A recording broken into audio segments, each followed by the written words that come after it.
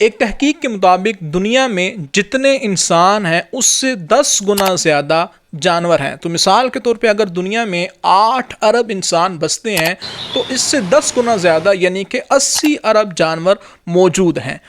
تو دنیا میں جتنے جانور ہیں اس سے 10 گنا زیادہ چرند پرند موجود ہیں۔ تو اگر 80 ارب جانور موجود ہیں تو اس سے 10 گنا زیادہ یعنی 800 ارب دنیا کے اندر چرند پرند موجود ہیں، اور ان 800 ارب چرند پرند کا رہائش ان کی کون سی ہے، ان کا مسکن کون سا ہے، یہ رہتے کہاں ہیں؟ تو یہ ہمارے ارد گرد جو درخت لگے ہوئے ہوتے ہیں، جو جنگلات ہوتے ہیں، گھروں میں جو درخت ہیں، اس کے علاوہ آپ باہر چلے جائیں تو جہاں بھی جو بھی درخت آپ کو نظر آتے ہیں تو یہی درخت ان پرندوں کا، ان چرند پرند کا مسکن، ان کی رہائش گاہ ہوتے ہیں۔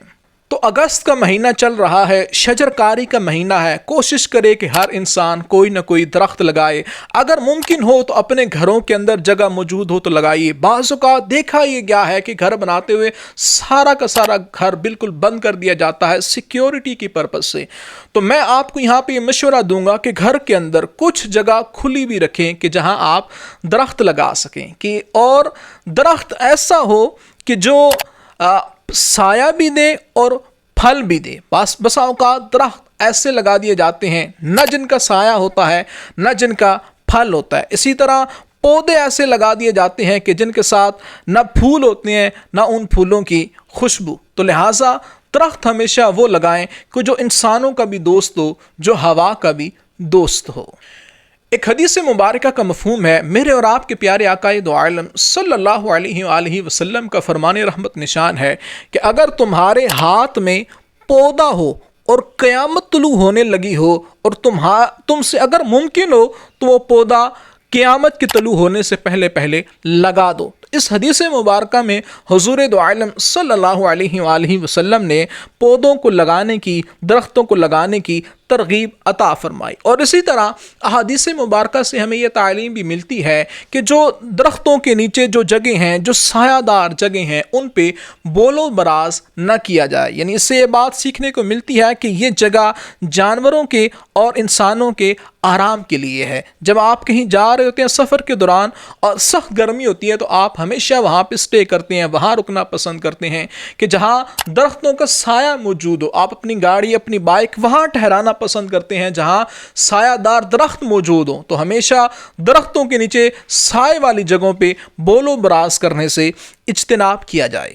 اور ایک تحقیق کے مطابق اس وقت دنیا کے اندر جتنے بھی بڑے بڑے چیلنجز کا دنیا کو سامنا ہے، ان چیلنجز کو اچیو کرنے کے لیے، ان کو حل کرنے کے لیے، ان میں سے ایک اس کا حل وہ پلانٹیشن یعنی پودے لگانا اور درخت لگانا ہے۔ جس جگہ آپ کام کرتے ہیں، جہاں آپ کا آنا جانا ہے، آپ کا آفس، آپ کی فیکٹری، یا اسی طرح جو آپ کا گھر ہے جہاں آپ رہتے ہیں، کوشش کریں کہ وہاں پہ ایک درخت ضرور لگائیں۔ اس سے انشاءاللہ وہاں کی فضا بالکل صاف ستھری رہے گی۔ اور درختوں کے بہت سارے فائدے ہیں، جن میں سے کچھ فائدے تو یہ ہیں کہ یہ ہمیں خوراک مہیا کرتے ہیں، یہ ہمیں آکسیجن مہیا کرتے ہیں، لکڑی مہیا کرتے ہیں، اسی طرح درخت ہمیں چھاؤں مہیا کرتے ہیں، درختوں سے کاغذ بنائے جاتے ہیں، اور اسی طرح مختلف قسم کے درختوں کی جڑوں سے یا ان کے تنوں یا ان کے پتوں سے حکماء مختلف قسم کی ادویات بناتے ہیں۔ ایک ایوریج درخت سے تقریباً جو پنسلیں بنائی جاتی ہیں وہ کم و بیش 1,70,000 پنسل ایک درخت سے بنائی جا سکتی ہے۔ تو لہٰذا درختوں کے فوائد ہی فوائد ہیں۔ یہ موسم ہے کہ جس موسم میں درخت لگائے جاتے ہیں، تو آپ بھی کوشش کریں کہ اس موسم میں اپنے گھروں میں، گھر کے باہر صحن میں، یا اسی طرح جو آپ کی گلی ہے یا جہاں کہیں بھی آپ کے لیے ممکن ہو، وہاں پہ ضرور ضرور پودا لگائیں، اور پھر اس پودے کی دیکھ بھال بھی کریں تاکہ وہ پودا بڑا ہو کے درخت بنے، آپ کے لیے سایہ بھی بنے اور آپ کے لیے ثواب جاریہ کا ذریعہ بھی بنے۔